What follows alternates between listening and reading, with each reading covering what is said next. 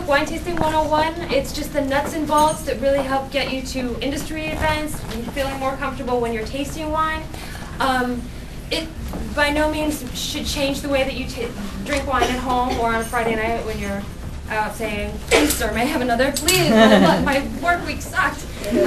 But when you're at an actual wine tasting event, an industry event, like at the Javits Center or the Puck Building, where you're going to be able to taste over 1,000 different wines, it's nice to be able to walk the walk and let people think that you are a collector or you know a little something about wine, because when you walk the walk, Cheney, then you get to taste the better wines. If they think that you have no idea what you're talking about or you're just there to catch a little buzz, 9 times out of 10, they're not taking that $3,000 bottle that they packed and brought all the way from France and pouring it into your glass.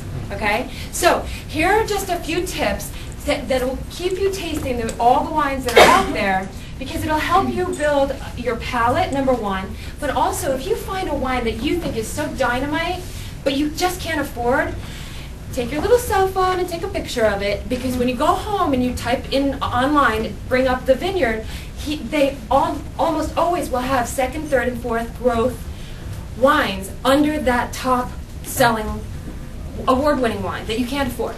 So if you can't afford number one, the grapes that they're using, the same vine, the same earth, are producing a lot of the same flavors and characteristics that you can't afford in a wine that you can.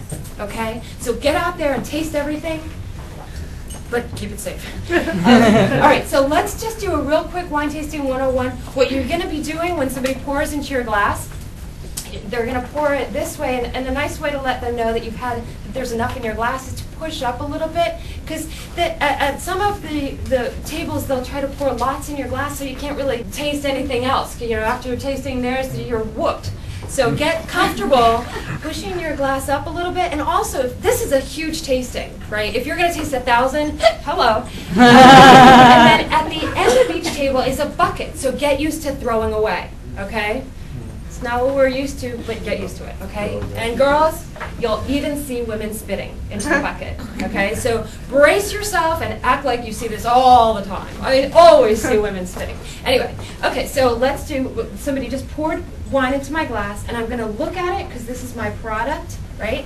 And the one reason that I'm going to hold the stem, even if it feels a little weird, I'm going to hold by the stem and not by the bowl, because I want to be able to see everything in my product, right? And this is my tool, okay? And you don't want fingerprints on your tool, right, James? Okay, so you're going to look at your product through your tool, and you're basically looking for color. Young wines have brilliant, opulent purples. When you're talking about reds, and your white wines are going to be so bright, sometimes they look as clear as water. As they age, your red wines are going to get a little tinge of brick, like a little burnt or orange, and your white wines are going to get a little more orange and yellow, maybe even straw color. Okay, so just looking at this, I can see that it's a young wine.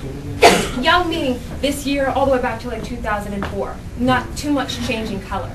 Once you go into 2003, I think I'm going to start seeing a little bit of change, maybe even right on the top. So I'm looking at it for color, and then I'm going to look at the legs. And the way you do that is you tilt your glass to the side and then let the liquid fall back down. Does everyone see where the liquid was?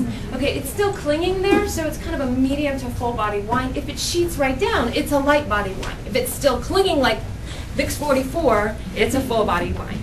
Okay, so go ahead, we've already looked at it, checked the legs.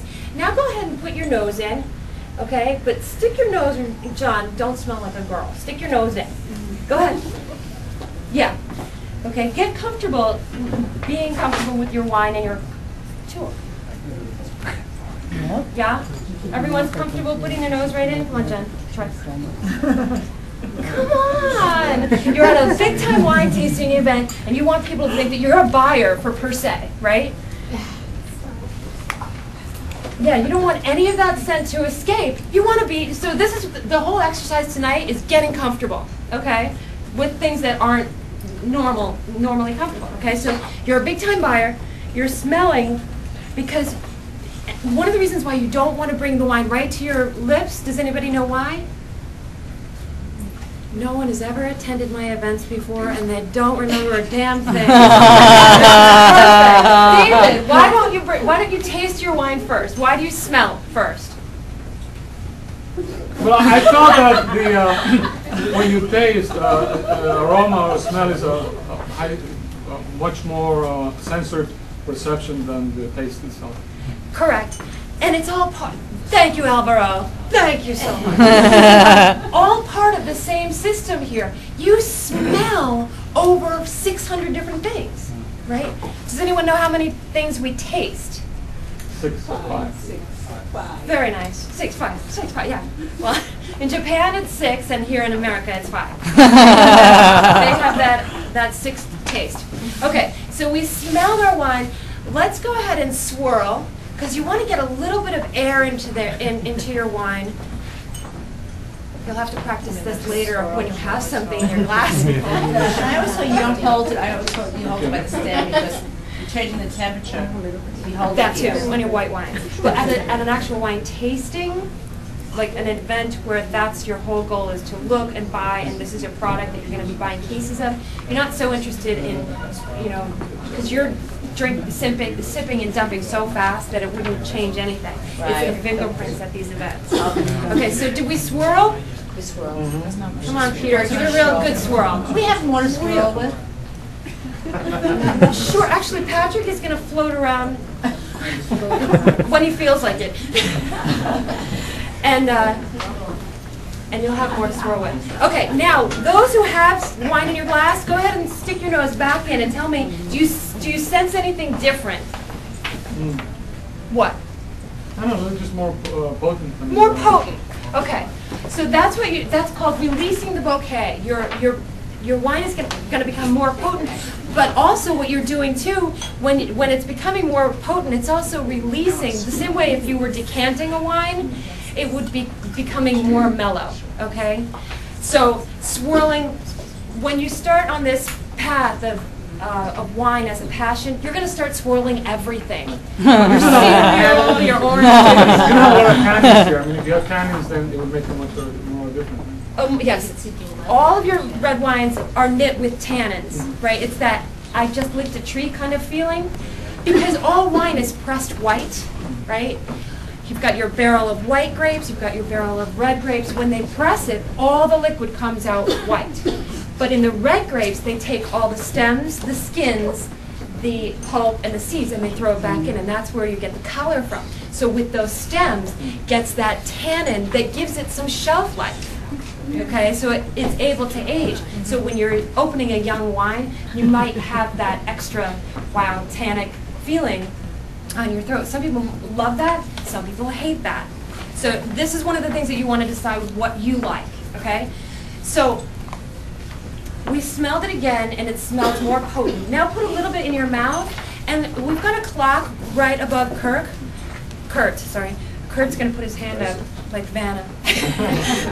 Right about, so try to hold on to the little bit of wine in your mouth for like 5 or 6 seconds. So don't swallow it right away like it's Friday night, I'll have another. This is now our wine tasting. You want to experience it a little bit differently. Make some decisions about what's in your mouth. Is it really tannic? Is it smooth? Do I like it tannic? Is it, when I swallow it, Barbara, did it go away right away, or is it a long finish? Is it still there after a minute? Because there are some wines that last, the finish is over a minute. Okay, so these are some of the decisions that you want to make while you're at a wine tasting.